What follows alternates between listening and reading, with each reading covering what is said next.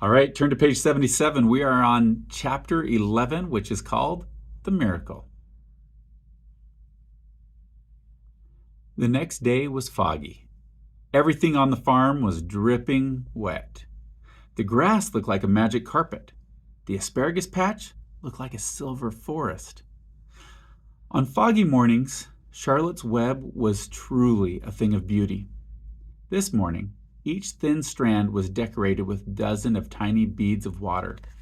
The web glistened in the light and made a pattern of loveliness and mystery, like a delicate veil. Even Lurvy, who wasn't particularly interested in beauty, noticed the web when he came with the pig's breakfast. He noted how clearly it showed up, and he noted how big and carefully built it was. And then he took another look and saw something that made him set his pail down. There, in the center of the web, neatly woven in block letters, was a message. It said, "Some pig." Lurvy felt weak. He brushed his hand across his eyes, and he stared harder at Charlotte's Web. "I'm seeing things," he whispered. He dropped to his knees and uttered a short prayer. Then, forgetting all about Wilbur's breakfast, he walked back to the house and called Mr. Zuckerman. "I think you better come down to the pig pen," he said. "What's the trouble?" said Mr. Zuckerman. "Anything wrong with the pig?" "Not exactly," said Lurvy. "Come and see for yourself." The two men walked silently down to Wilbur's yard. Lurvy pointed at Charlotte's Web, at the spider's web. "Do you see what I see?" Zuckerman stared at the writing on the web. Then he murmured the words, "Some pig." Then he looked at Lurvy. Then they both began to tremble.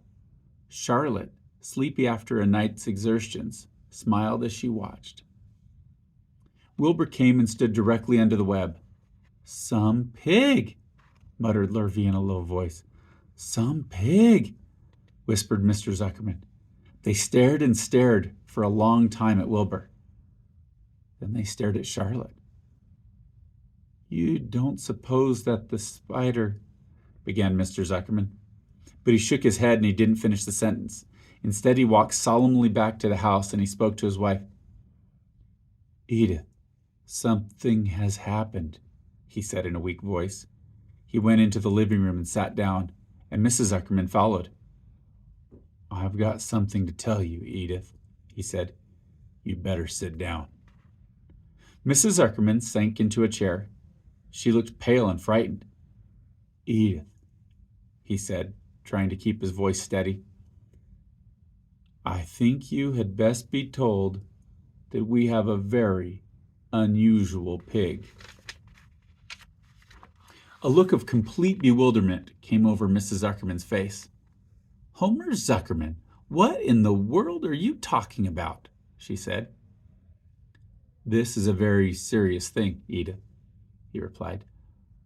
"Our pig is completely out of the ordinary." "What's unusual about the pig?" asked Mrs. Zuckerman, who was beginning to recover from her scare. "Well, I don't really know yet," said Mr. Zuckerman. "But we have received a sign, Edith, a mysterious sign. A miracle has happened on this farm." There was a large spider's web in the doorway of the barn cellar, right over the pig pen, and when Lurvy went to feed the pig this morning, he noticed the web because it was foggy. And you know how a spider's web looks very distinct in the fog? And right spraying in the middle of the web, there were the words, "Some pig." The words were woven right into the web. They were actually part of the web, Edith. I know because I have been down there and seen them. It says "some pig," just as clear can be. There can be no mistake about it. A miracle has happened and a sign has occurred here on earth, right on our farm. And we have no ordinary pig. "Well," said Mrs. Zuckerman, "seems to me you're a little off. Seems to me we have no ordinary spider." "Oh, no," said Mr. Zuckerman. It's the pig that's unusual. It says so right there in the middle of the web. Maybe so, said Mrs. Zuckerman. Just the same, I intend to have a look at the spider. It's just a common gray spider, said Zuckerman. They got up, and together they walked down to Wilbur's yard. You see, Edith, it's just a common gray spider. Wilbur was pleased to receive so much attention. Lurvy was still standing there, and Mr. and Mrs. Zuckerman, all three, stood for about an hour, reading the words on the web over and over and watching Wilbur. Charlotte was delighted with the way her trick was working. She sat without moving a muscle and listened to the conversation of the people. When a small fly blundered into the web just beyond the word pig, Charlotte dropped quickly down, rolled the fly up, and carried it out of the way.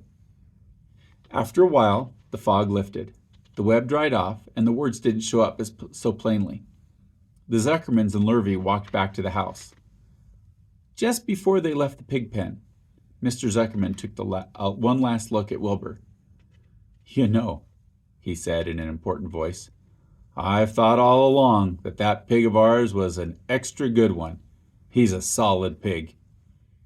That pig is as solid as they come. You notice how solid he is around the shoulders, Lurvy? Sure I do, said Lurvy. I've always noticed that pig. He's quite a pig.